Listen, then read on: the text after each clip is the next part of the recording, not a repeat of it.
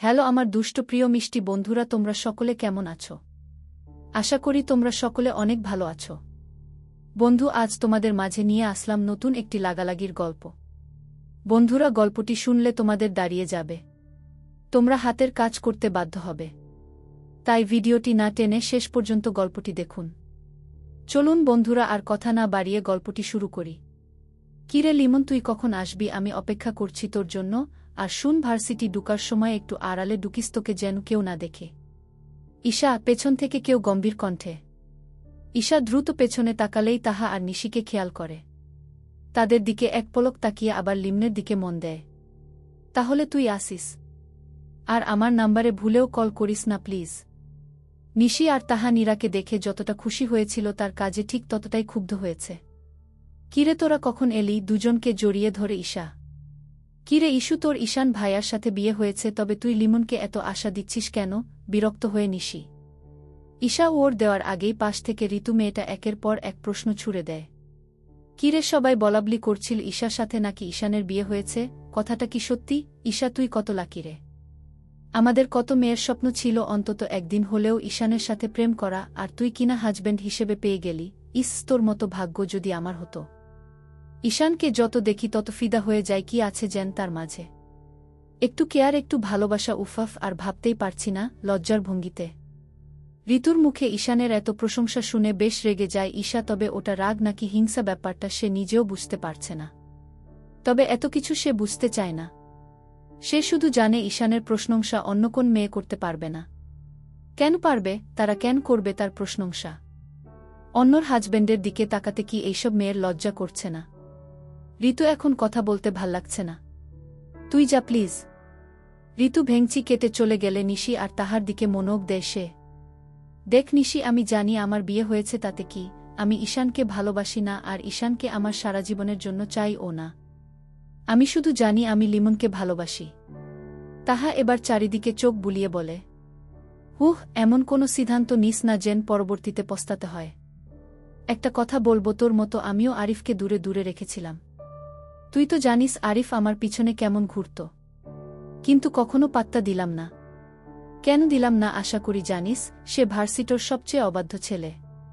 কারো বারণ শুনে না, নিজের খেয়াল খুশি মতো চলে, স্যারদের পর্যন্ত সম্মান দিতে জানে না।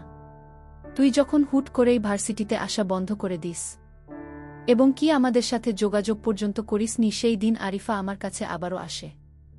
মনে মনে ভাবলাম তাকে একটা সুযোগ দেওয়া যায়, কিন্তু কখনো ভাবিনি সেই অবাধ্য ছেলে আমার সব কথা বাধ্য হয়ে শুনবে আর এতটা ভালোবাসবে। আমি নিজেকে এখন সত্যি লাকি মনে করি, কেননা আরিফের মতো কেউ আমার জীবন সঙ্গী। ঈশান ভাইয়াও তোকে ভালোবাসে, তার ভালোবাসায় কোনো খাদ নেই। আশা করি আমার কথাগুলো ভেবে দেখবি। আমরা লাইব্রেরিতে গেলাম। নিশি আর তাহা লাইব্রেরির উদ্দেশ্য চলে যায়, কিন্তু ভাবনার জগতে পড়ে ঈশা। হুট করেই ঈশার চোখের সামনে ভেসে উঠে তার চিরচেনা অপেক্ষারত মুখটা। লিমন। ঈশা হেসে, কেমন আছিস লিমন? তুই জানিস এই কয়দিন আমার কাছে সব কিছু জাহান্নাম লেগেছে। তোকে এক পলক দেখার তৃষ্ণা আমার মাঝে সব চৌচির করে দিয়েছে। তুই কবে ফিরে আসবি বল? আসবো, খুব শীঘ্রই ফিরে আসবো। তুই এখন যা, তোকে আর আমাকে কেউ দেখে ফেললে কেলেঙ্কারি হয়ে যাবে। এভাবে আরও কিছুক্ষণ কথা হয় দুজনের মাঝে। ভালো থাকিস, নিজের যত্ন নিস। তুই ও। লিমন ঈশার কাছ থেকে বিদায় নিয়ে যেন একটি বিশ্বজয়ের হাসি হেসে যায়। ভার্সিটি থেকে ফেরার সময় ঈশা বেশ ভয়ে ছিল, যদি ঈশান জেনে যায় সে লিমনের সাথে দেখা করেছে, তবে তো তার আর রক্ষে নেই। কি হবে? কিন্তু না, ঈশানের কাছে সম্পূর্ণ বিষয়টি অজানায় রয়ে যায়। সময় এগিয়ে যাচ্ছে সময়ের মতো, কিন্তু দুটো মানুষের কাছে সময় যেন থমকে আছে। কেউ চায় এই অন্ধ ভালোবাসা থেকে মুক্তি, কিন্তু কেউ চায় এই অন্ধ ভালোবাসার গভীর থেকে আরও গভীরে হারিয়ে যেতে। আসলেই কি সেই অন্ধ ভালোবাসার গভীরে হারানো সম্ভব, নাকি দুই দিনের মায়া ছেড়ে নিজের ইচ্ছায় পাড়ি জমাবে অন্যর হাত ধরে? ঈশার সাথে এই কয়েকদিন বেশ ভাব হয়েছে লিজার। ঈশান যখন বাড়িতে থাকে না, তখন লিজা আর ঈশা দুজনে নানান গল্পে মেতে থাকে। কিন্তু আজ লিজা ফোন হাতে নিয়ে ঈশার রুমে ঢুকেছে, এর কারণ সে নাকি ঈশাকে একটা ভিডিও দেখাবে। জানো ভাবি, ওই দিন ঈশান ভাইয়া তোমার জন্য মায়ের সাথে ফাইট করেছে। আমি তো বেশ খুশি হয়েছি, মা এমনিতেও পচা বাবাকে সারাদিন বকে, আর ঝগড়া লেগেই থাকে তাদের মাঝে। ঈশা দীর্ঘশ্বাস ছেড়ে ভাবতে থাকে। স্বামী স্ত্রীর এই মনমালিন্য ঝগড়া একটি সন্তানের উপর কতটা প্রভাব বিস্তার করে। যদি একটি সুস্থ পরিবার চায় তবে দুজনেরই প্রয়োজন কিছু ত্যাগ, কিছু বিসর্জন আর কিছুটা সময় পরিবারের সদস্যগুলোর সাথে ভাগাভাগি করে নেওয়া, তবেই ভালোবাসা বৃদ্ধি পায় সবার মাঝে। কিন্তু লিপিকে দেখে তা অবশ্য মনে হয় না। ফলে সুখ শান্তি হয়তো ওই পরিবারটার ধরা ছোঁয়ার বাইরে। কি হলো, কি ভাবছ তুমি? না কিছু না। ঠিক আছে, তবে এই ভিডিওটা দেখো। এটা বাবার কিসের ভিডিও লিজা? সেই দিন যখন তুমি ডাইনিং টেবিল থেকে উঠে এসেছিলে তার পেছনেই ভাইয়া আমাকে বলে আমি যেন রুমে চলে যাই, কিন্তু আমি রুমে যাই ঠিক তবে কি লিজা? ওকে। ঈশানের রাগে শরীর কাঁপছে, কিন্তু তাকে এখন মাথা ঠান্ডা থাকতে হবে। খুব সূক্ষ্ম কৌশলে কাজ করতে হবে। ঈশান একবার ঈশার পাশে বসে। না, সে জেগে নেই, বেঘোরে ঘুমোচ্ছে। সে বালিশের পাশ থেকে ঈশার মোবাইলটা তুলে নেয়।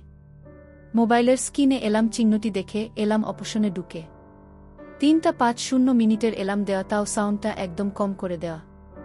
হয়তো সে ভেবে রেখেছে ঈশানেরও ঘুম ভাঙতে পারে, তাই সাউন্ড কমিয়ে দিয়েছে। না, আমার হাতে এখন বেশি সময় নেই, যা জোগাড় করার এখনই করতে হবে। ঈশা, তোমার জীবনে আজ এমন ভোর আসবে যে ভোর তুমি কখনো ভুলবে না। ঈশান দেওয়াল ঘড়ির দিকে আরেকবার তাকায়। এখন বাজে 2:03, মানে তার কাছে আরও 1 ঘন্টা সময় আছে। বাইরে থেকে দরজা লক করে ঈশান স্টোর রুমে যায় এবং 2 জন গার্ডের হাতে আরও কিছু প্রয়োজনীয় জিনিসপত্র আনায় এবং সেগুলো গাড়ির পেছনে রাখে। সে আবারও রুমে ফিরে এসে দরজাটা লক করে দেয়। ঈশানের রুমটা সাউন্ড প্রুফ হওয়ায় ভেতরে যদি যুদ্ধ হয়ে যায় বাইরে থেকে কেউ টের পাবে না। ঈশান রুমে এসে নিজের শার্টটাকে একবার শরীর থেকে আলগা করে দিল। রুমে এসি থাকা সত্ত্বেও সে ঘেমে একাকার। প্রচণ্ড রাগে মাথার ভেতরের সব জেন টকবক করছে, যে কোন সময় নাক আর কান দিয়ে সেই সব গলিত পর্দার চালান হবে। ঈশান ঘড়িতে আরেকবার টাইমটা দেখে নিল। এখন বাজে 3:02। না, বেশি সময় নেই। সে দ্রুত 2টা কোলবালিশ তার সাইডে দিয়ে কাঁথা দিয়ে ঢেকে দেয়, যেন দেখে মনে হচ্ছে ঈশান ঘুমিয়ে আছে। দরজার পাশটায় 2টো সোফা সেট ঈশানের রুমে সাজিয়ে রাখা। ঈশান ডিম লাইটটা অফ করে সেই সোফায় পায়ের উপর পা তুলে বসে পড়ে। কাটায় কাটায় 3:50 বেজে উঠে এলাম। অতিদ্রুত ঈশার ঘুম ভেঙে যায়। এলার্মটা অফ করে ঘাড় ঘুরিয়ে বিছানায় একবার পরখ করে নেয়। তার দেখামতে ঈশান কাঁথা মুড়িয়ে শুয়ে আছে। সে গুটি গুটি পা ফেলে দরজার সামনে এগিয়ে আসে। যখনই দরজা খুলবে তখনই পাশ থেকে শুনতে পায় এই অপ্রত্যাশিত কণ্ঠ। কি বউ, পালিয়ে যাচ্ছ? মুহূর্তেই রুমের লাইট জ্বলে উঠে। ঈশানকে দেখতে পেয়ে ঈশা জোরে একটি চিৎকার দেয়। ঈশা স্বপ্নেও ভাবেনি ঈশান টের পেয়ে যাবে আর সে এইভাবে ধরা পড়বে। তখনই ঈশান রুমাল নিয়ে ঈশার মুখ বেঁধে দেয়, মোটা দড়ি দিয়ে হাত বেঁধে দেয়। ঈশান তার পকেটে ঈশার ফোন আর তার ফোন পুড়ে ঈশাকে কোলে তুলে সাবধানে বাড়ি থেকে বেরিয়ে যায়। কেউ টেরও পেল না। ঈশান ঈশাকে গাড়িতে বসিয়ে দরজা লক করে দেয়। নিজে ড্রাইভিং সিটে বসে ঈশার দিকে তাকিয়ে দাঁতে দাঁত চেপে বলে, পালানোর শাস্তি তোমার প্রাপ্ত জান। আজ কি হবে আমি ঠিক নিজেও জানি না। চলো আমার শাস্তির রাজ্য। ঈশান শাহরিয়ারের ভালোবাসার রাজ্য যতটা বিষাক্ত, তার শাস্তির রাজ্য ঠিক তার থেকেও বিষাক্ত। বাঁকা হেসে ঈশা ভয়ে ঢোক গিলে ভাবতে থাকে, তবে কোথায় নিয়ে যাচ্ছে তাকে?